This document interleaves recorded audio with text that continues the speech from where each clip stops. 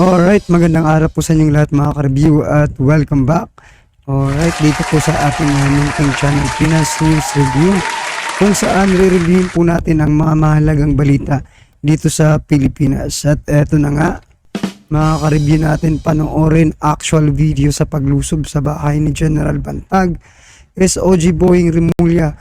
Bakit sobrang napahiya? Alright. Galing po ito kay KBBM News PH. Ito na nga mga ka-review, no? Sama-sama sabay-sabay po natin pakinggan, panoorin at bigyan ng reaksyon ang balitang ito. Ito na po. Mga ka-BBM, muling napahiya sa media itong si DOJ Secretary Boying Rimulya matapos utusan niya ang NBI na halughugin o lusubin ang bahay ni General Bantag sa Baguio City.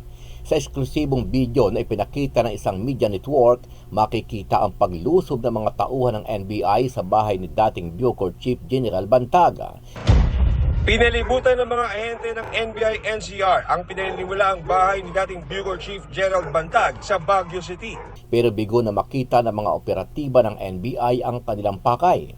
Dahil dito muling umani ng batikos at pangungutya itong si Rimulya mula sa ating mga kababayan, partikular ang mga supporters ni General Bantag dahil sa kapalpakan na naman ng DOJ Secretary.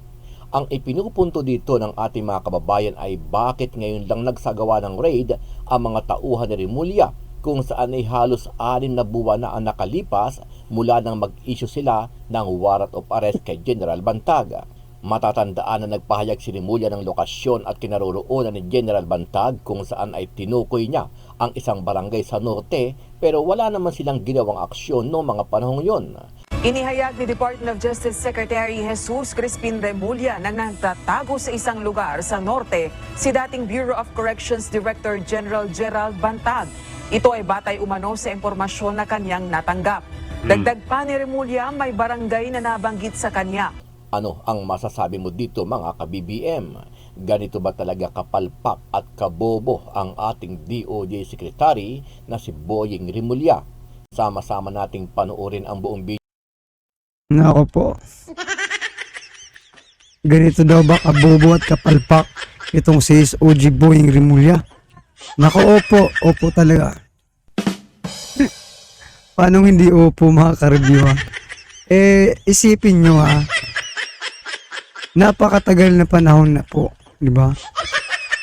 At alam ng lahat, no? Nandiyan talaga sa Baguio ang bahay ni DJ Bantag. Ang tanong, bakit ngayon nyo lang po ni-raid yan? Diba dapat noon pa? Bakit ngayon lang? Ha? Di ba? Napakalaking palaisipan, question mark, kung bakit ngayon lang nila ni-raid yan, na samantalang diba? Alam naman po natin na matatalino po ang NBI mga ka-review. Siguro ko po, may nag-utos po sa kanila. Diba? Siguro ko po, inutusan ni SOG Boying Rimulya. Diba? Hindi natin alam kung anong kadahilanan. Diba? Ang opinion ko po, baka po nagpapapansin na naman po itong si SOG Boying Rimulya. Dahil napahiya po ito Hindi po kasi nila na, diba? Na case close yung kaso ni DJ Bantag kasi nga po na-archive mga ka-review, diba? Hindi na, wala na, pinatago na yung kaso kasi hindi po nila nahuli, palpak po sila sa paghuli dito kay DJ Bantag. So yan mga ka-review, eto ewan ko kung bakit may raid to ngayon. Video at pakicomment nyo po ang inyong mga reaksyon at sariling opinyon. Pero bago yan, muli po ako nag-iimbita sa mga hindi pa po nakasubscribe sa ating channel. So yan mga ka-review natin, subscribe na po kayo sa KBBM News PH. At syempre dito na rin po sa ating munting channel. Maraming salamat po. Upload natin na legit at napapanahong balita. Maraming pong salamat. Kahapon ba yan yung nilusob yung kanyang bahay. Pero reviewin muna natin yung mga pahayag nila ng DOJ. Inihayag ni Department of Justice Secretary Jesus Crispin Remulla na nagtatago sa isang lugar sa norte si dating Bureau of Corrections Director General Gerald Bantag. Ito ay batay umano sa impormasyon na kanyang natanggap. Dagdag pa ni Remulla, may barangay na nabanggit sa kanya. May barangay daw na nabanggit. Galing, di ba? pero ayaw na niya itong pag-usapan. Ang Ayaw pag-usapan. mahalagaan niya ngayon ay mahuli si Bantag dahil mag-uumpisa na ang paglilitis sa kanyang mga kasong murder kaugnay ng pagpatay sa Yun daw ang mahalaga. Mag-uumpisa na. 4 Nako. months ago yan, broadcaster na si Percy Lapid at inmate na si June Villamor. Mayroon ng mandato ang National Bureau of Investigation at Philippine National Police para arestuhin si Bantag matapos maglabas ng warrant of arrest ang mga korte sa Muntinlupa City at Las Piñas City. Pagkatapos niyan, dumaan ng ilang araw, wala pa rin. Di nila nahuhuli. So, anong nangyari? Eto. Nagpatong sila ng reward. Naganap Eto ng na. 2 milyong pisong pabuya ang Department of Justice para sa sinumang makapagtuturo kay dating Bucor Chief Gerald Bantag. Kaugnayan ng hinaharap niyang mga kasong pagpatay sa veteranong broadcaster na si Percy Lapid at umano'y middleman na si June Villamor. Ito, pagkatapos ng isang buwan. Kasi yung naglabas ng warrant of arrest, a month ago, 4 months ago, ito 3 months ago na ito, isang buwan na ang nakalipas. Ayon naman sa DOJ, magiging confidential o ligtas ang sino mang magbibigay sa kanila ng impormasyon kay Bantag at Zulueta. We want the law. Bakit ganun yung mga ka-review? Bakit ganun yung paalala ng DOJ? Magiging ligtas, di ba? Parang may gusto silang gawin sa tao na makakapag, di ba? Alam naman si DJ Bantag ang mag-aano doon, di ba? Pinapangako nilang magiging ligtas yung taong makakapagturo sa kaya kay DJ Bantag. Kaya nga walang nagtuturo mga ka-review kasi inuunahan na nila na ligtas. Kaya magdududa ka talaga kung ligtas ka ba talaga kapag itinuro mo si DJ Bantag, di ba? O kaya yan, na palpak na naman kayo, wala na namang nagturo, walang nagturo sa inyo.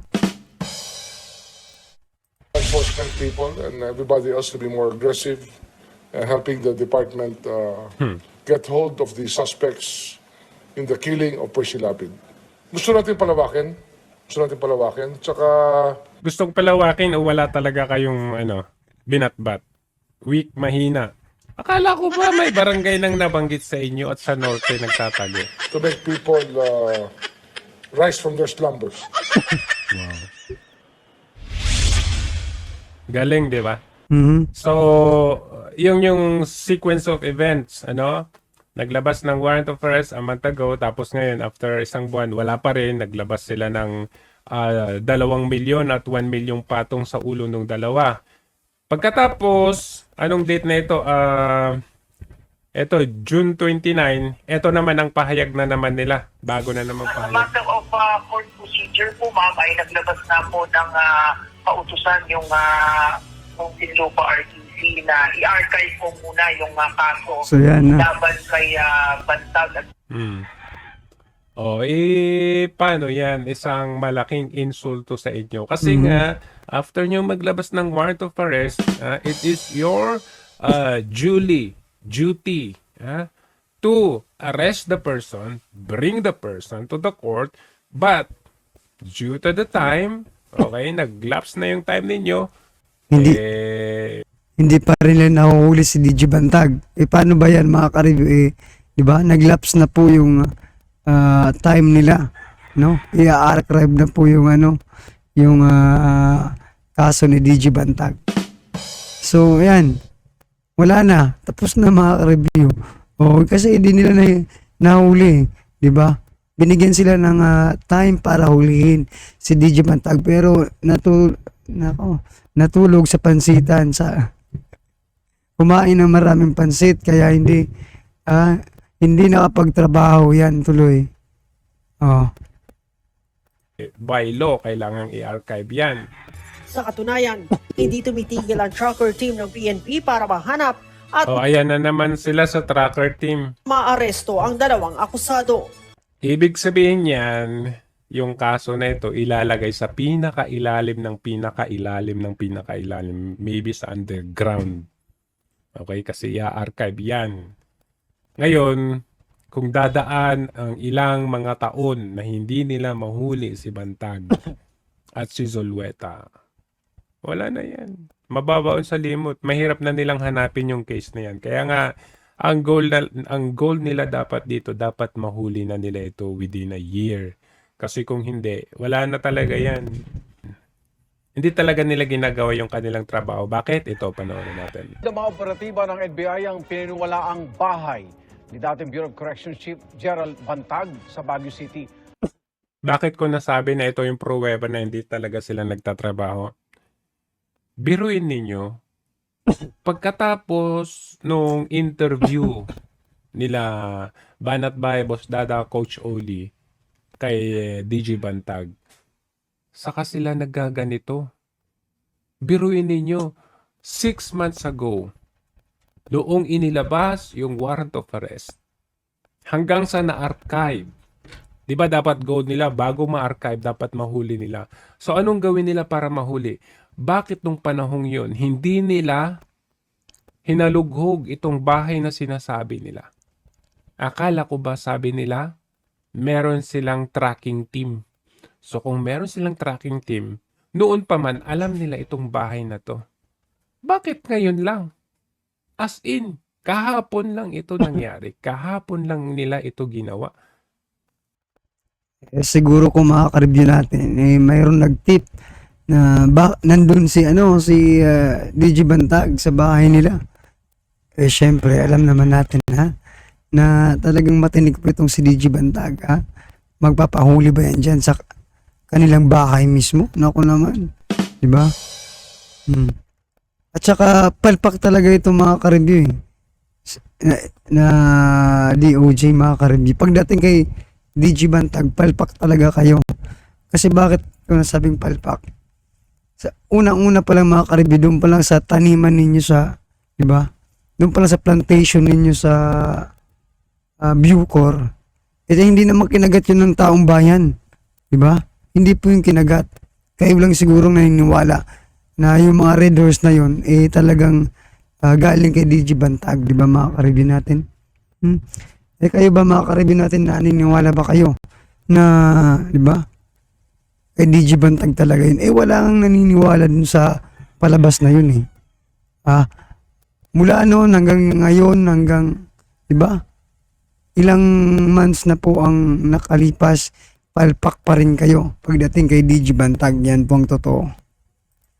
Inutil ba sila? Dahil hindi nila alam itong bahay na ito, ngayon lang nila nalaman? So this is a mere proof. Isa-isa nilang pinasok ang mga kwarto ng 6 na palapag na gusali sa bisa ng arrest warrant. At sa isa sa mga ito, nakita ang mga pinaniniwalaang gamit ng dating hepe. Nagdegatibo nga ang ginawa ng operasyon ng NBI dito sa Baguio City sa kanilang paghahanap kay DJ Bantag. What do you expect? After how many months? After 6 months? Saka ninyo hahalughugin yung bahay na yan? Kasi don't tell me, hindi ninyo alam yung bahay na yan. Sabi, may tracking team, may tracker team sila. So, of all those months, ngayon lang kayo nag-imbestiga, sinong tanga na pinagbintangan na may kasong ganito? Siguro ko yung tracker team nila mga ka-review natutulog po. Kasi, pero inyo 6 months na, ngayon pa lang ituturo yung bahay ni DJ Bantag. Ako naman talaga 6 months na po yung tracker team nila. 6 months na rin na pinapasweldo yan. Buti nga kung nasa gobyerno talaga yan. Paano kung contractor yan? Diba? Diba mga ka-review, uso yan yung mga Kasi kulang na kulang yung yung tauhan ng NBI. Paano pag ganun nang nangyari? Di another expenses na naman po ng gobyerno. Nako, talaga naman. Ginawa dito, titira pa ba siya dyan? Kasi kung hindi dito sa mga circumstances na ito, yung circumstances kay Tevez, yung pumunta si Pacquiao, yung circumstances na in-interview ng 3 vloggers itong si Bantag, saka sila gumagawa ng mga ganitong actions. Ibig sabihin, talagang napaka-inutil. Kung hindi inutil, ang tamad nila at hindi talaga sila nagtatrabaho. So, yun po. Sablay. Negative, walang naabutang DG Bantag. Ito lang po ang comment ko niyan, ano? Ulitin ko, parang napaka-bobo na raid yun. Although, overall, tingin ko, mataas ang respeto ko sa NBI. They are professionals. Kaya lang, bakit bobo itong operation na ito? Kasi, 6 months na ang nakakaraan mula nung may warrant of arrest si DG Bantag. Di ba? April siya may warrant of arrest. Hindi ko alam yung petsa. April, May, June, July, August, September. Alam ng lahat na taga Baguio City, si DG Bantag, dyan siya lumaki. I don't know, para dyan din ata siya na ipanganak. So, born and raised, Baguio siya. At may bahay siya dyan. Very clear. It's a common knowledge, may bahay. At yung ni-raid ng NBI, yung bahay na yun. So, ang tanong, bakit kahapon lang ni-raid? Sabi Baka nila, may nagutos. May nag-info daw nga parang may sightings, may nakita. Kung kayo si DG Bantag, nagtatago-tago kayo, diyan ba kayo magtago sa alam ng lahat na bahay mo? So yan na nga po mga karibyo natin na inutil at bobo talaga. O yan ha, yung sinabi ni General Macanas, bobo at inutil talaga itong si DOJ Secretary Boying Rimulya. O bakit? O ito na nga mga ka-review kasi 'di ba, ang tagal-tagal na. Tapos hinihintay ng taong bayan kung saan 'di ba, kung saan huhulihin si DG Bantag. Tapos ngayon bigla na lang, ni-raid yung bahay ni DG Bantag. Anong nangyari? Bakit diyan? Yun na nga po. Baka may nag-utos. Ay inutos siguro ni Soji Boying Rimulya dito sa mga NBI, kasi alam naman po natin yung mga NBI, diba? Matatalino po yan, mga karibyo natin. Kaso nga lang, inuutusan lang.